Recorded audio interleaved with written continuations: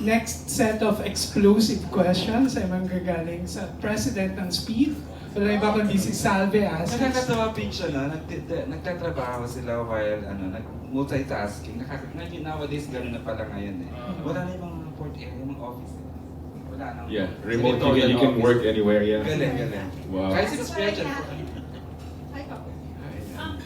Since pagtatapos mo, ano takeaway? Marami kang learnings dito. Marami kang talaga masasabi mo na realizations for characters that we portrayed, not just for me, but also the rest of the guys that portrayed different characters. And dami mong takeaway, especially about politics, about family, about love, and you know, the story where it all started, yung redemption ng family, yung name, and yeah, I guess it all boils down to family. That's why it's Pamilya Sagrado eh. Yung concept ng family, you know, as a unit of our society. So yung mga realizations ng mga characters up to the end, yun talagang masasabi mo na hindi lang kapupulutan ng aral but also entertaining to watch because ang haba ng journey, ang haba ng tinakbo ng istorya. So it has to come to an end wherein it's a happy ending, you know, and that you really learn from it. Pero since ang dami talagang naghihintay dun sa story, hindi naisip na magkaroon ng extension. Hindi. That's the beauty. That's the beauty thing about our show when we were given the scripts. Hardly any revision, hardly any rewrites, and from day one until we ended, it was naka-package siya. You know, certain number of episodes, certain number of taping because lahat kami may commitment after. So there was no way we could extend it or stretch it, and that's the beauty about telling a story. Kailangan talaga may definite end ka. So I'm just happy because we worked for a long time for this, and we knew from the get-go that there should be an extension because nagkaroon naman ng redemption in the end for the characters. After this, paano ka magpili ng gagawin teaser? Ayun nga, paano ba yun? I'm happy to say that, you know, since I've been around for a while with ABS, they know the characters or, you know, what they should avoid in terms of what they give me, and also we're adapting to the times. We're also growing with our audience, so they are aware of that. And I'm blessed to say that, you know, napag-iisipan nila yung character, yung mga ginagawa kong soap. So that's why, you know, I got back to doing soaps because I love to act. I love my craft. And hindi ko iniisip yung susunod na darating sa akin. But, you know, of late, it's been good. You know, all the roles that I've been getting for the last few years. Very challenging, but also really fulfilling. So I only choose the projects that I know will matter, not just to me, but also to the viewers, to the audience. And, you know, you shy away from those that sayang naman yung oras. But with the Dreamscape, like for this, for Flower, one pass. I said, yeah, let's go. One pass. Wow. Yeah. Last na Papa, anong plans for 2024? Plans ko na. I'm releasing an album. Wow! After several years of working on an all-original album. And then I have a Valentine show. And then another project. Hopefully, makagawa po ng few more movies and another show. So, and then I have tour. I have a US tour again. Ang dami, dire-diretso lang. So, bakasyon naman ako ng January. I mean, you know, I'll be out for 3 weeks. I'm going back to LA for the Birthday MIF. month mo yun. Yeah. So and then back here in February, back to work right away. Yeah. And I enjoy working. So and then now that I have the chance to do diverse roles, mas lalo akong nagkaroon ng fire, mas lalo akong naging excited because hindi ko lang nalalaro, but I also get to challenge myself to really do better, get better. Thank you, Sal. Okay, thank you, Miss Alve. Okay, Partner, ito ang best dressed. always! Yes, wala iba kundi si Tessa Mauricio Ariola of the Manila Times. Tinawag ko Tessa Castillo. Reporter din siya ng Tempo dati, di You're ba? showing your age. Diba? Masyado. Pero I know Tessa, she's a Of lovely course. lady as well. Who's a good writer as well. Yes, yes. Alright. Papa P, hello. Ate, It's kamusta? great to see you. Kamusta? Likewise, okay lang. Well, naging back-to-back your two biggest projects in 2023 and 2024. Naging back-to-back nga yung pagiging bad guy Yeah. ni Papa B. Yeah, that's right. You've talked about that. Of course, sa Malyari kung saan ikay, syempre, Oo. shameless plug, naging Eddie's Best Actor. Yes, thank you. Thank you. Nanalo siya sa inyo pala. Yes, yes. Iba pala ang And, choices. and of course, in Pamilya Sagrado, what do you think playing a villain has done in terms of your acting skills? It's definitely given me a different perspective, you know, on how to portray roles because it's not all too good. Now you get to do dark, you get to visit the dark side of you that you never actually do in real life. I mean, you know, how do I say this? I'm naturally a good person. Tama ba yun? You know, I'm a happy person, you know. I don't like being bad or I don't like doing bad things. So when I portray a role such as this, I really bring him to the dark side. Same thing with Malyari. But I enjoy the process.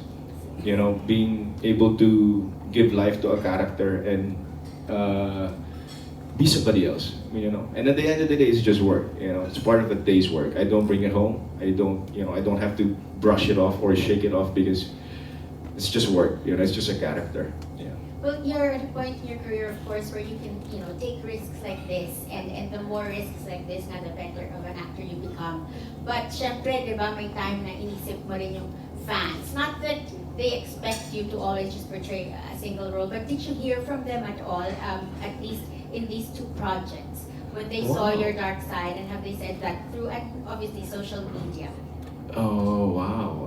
I haven't seen. Wala pa naman. Yeah, I mean, praise God. I mean, kung meron man, hindi ko na siguro pagtutuunan ng pansin because at the end of the day, I'm paid to do work, you know. It's not about the image, it's not about the character, but what you give, you know, in terms of what you're asked to do. And I guess I'm at the point in my life and career that, I don't have to worry about that anymore because I've done so many roles, I've done so many characters, and it's a responsibility for me to take on characters that I haven't done, for me to grow, and also for my audience to be entertained and also grow as well with me. And if I worry myself about the characters that might affect people, I might end up limiting myself. Yes. So I just keep on exploring and discovering. You said at the end of Pamilya Sagrado, there is redemption, no? And in our past interviews before, especially pag dumarating yung election season, you do come out and say how much you love the country and how much you would like to be part of the change, no, of this country. In Pamilya Sagrado, being part of it and being Piolo in the main role, yung bang redemption na yan, meron ding mapapakitang example maybe to politicians. Hopefully, that's our objective as well, for our audience to wake up and realize that they also have a voice, and the ones who are in power also have to wake up and realize that they're chosen to lead the country and to make our country a better place. So with this show, I hope we were able to do that, and make them realize in the end, at the end of the day, love still matters, and family, bring the strongest unit of our society. That's the most important thing, and that's how we want to land it. And then just two more. Yung isa, akala ng ibang tao kasi they've been seeing billboards of you along EDSA, di ba? Na, Which one? Sa dami po, Mr. yung hindi, medyo may politics, di ba, na involved. Pwede ba yun? No, but it's really just, wala naman siyang message of politics or anything like that. Although you do, it's good vibes. If you could talk a little bit about that project, and is it going to be something that continues? Yeah, I did the last elections with them as well. So we're in partnership for an endorsement with the fitness center, Surge, and we do projects together. They help my foundation, and we visit different places just to do outreach. So I know that I'm in a good place knowing that I endorsed someone or some group na alam kong nagtatrabaho. So yeah, I guess at the end of the day, you give hope, you give a chance to people that really want to serve. So yeah, that's why. Help them out, no? Yeah, and help them out, by being part of their campaigns, and also I'm helping out some other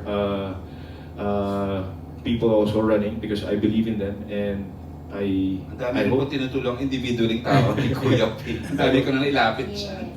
Oh. And for a last question, at least for us who are from the same generation, natuwa naman kami to see in Pamilya Sagrado na may puting buhok din naman pala si Piolo Pascual. I was as naked as I could be. I wasn't wearing makeup. I would not wear makeup. I would not dye my hair, and I just let it grow out. Totoo yung gray na yan, Kuya? Yeah. Ah, Kasi Pareho diba, tayo.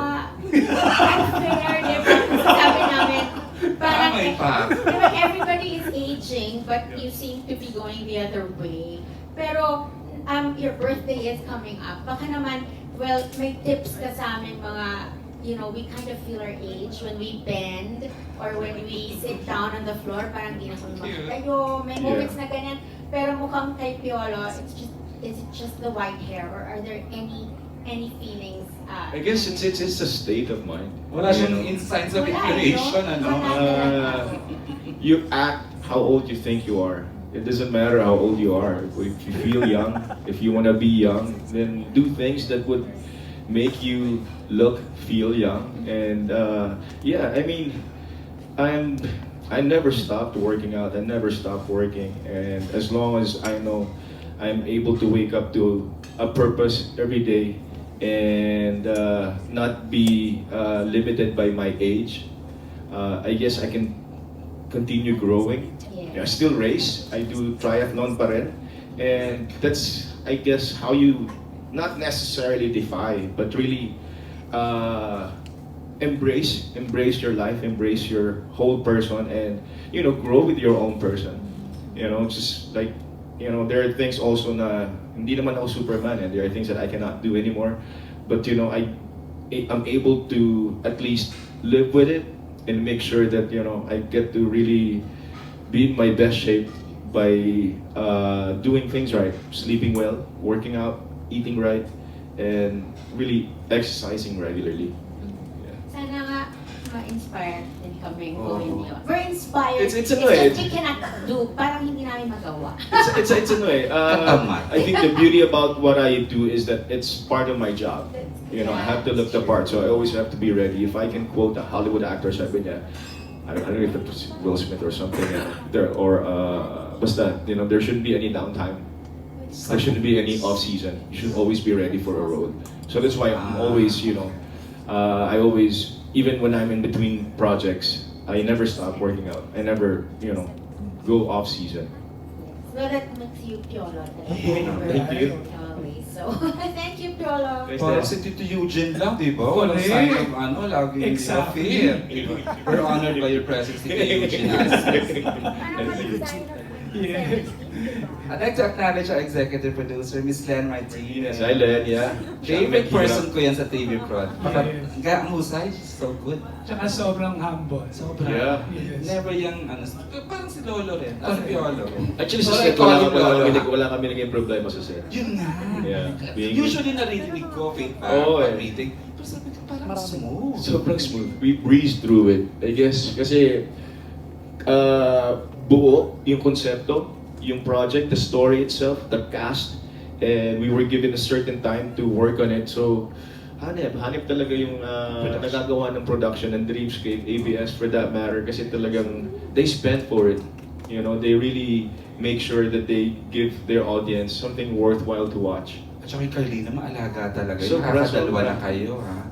Flower of Evil, magkasama na kami rin. And then, ito. So, next year kami ulit. Ay, confirm na. Pagbalik ko, galing Canada, malalaman ko. Hindi ka nabudol ni Salud kanina. Hindi. Kinukuha niya yung damit ko eh. Ay, Sabi ko, balik mo na yan. Alright, more questions. Eto, We have partner, ample time. I'd like to acknowledge your handler, Ms. Gia Gia. Carlo. Yeah. Thank you, ha. After kong virgin. Ayun. Binroadcast. Yung nalapit ako kay Kuya for tulong, tapos siya maghahatid sa akin ng tulong. Nakapag ko sa dapat tulong. Correct. Thank you, Ms. G. Okay, go. Partner, ito ang walang off-season at ang endorser din ng Beauty Derm. Walang iba Nakakatakot. kundi si Kate Adar of Random Republica. Oh, gifted naman siya with good skin, even before Exactly. beauty. Flawless yan. Yan, nawala. Ulit-ulit mo mention yung mabigat na rules mo, nakakasunod-sunod, right? Parang isa sa mga pinupunan mo and pinataya mental health. So was there ever a time na you reached the point na parang I need debriefing or therapy How do you take care of your I'm fortunate enough to psych myself up every time I'm finishing a project and jumping to another one because like I have no choice, literally, because I have to work on another project as soon as a project ends. Like with this, after Malyari, I jumped to Pamilya Sagrado right away.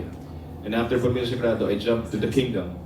So, yung downtime ko, I guess yung travel or yung tulog, I'm able to shake it off in such a way that, just like what I said, I don't bring it home with me.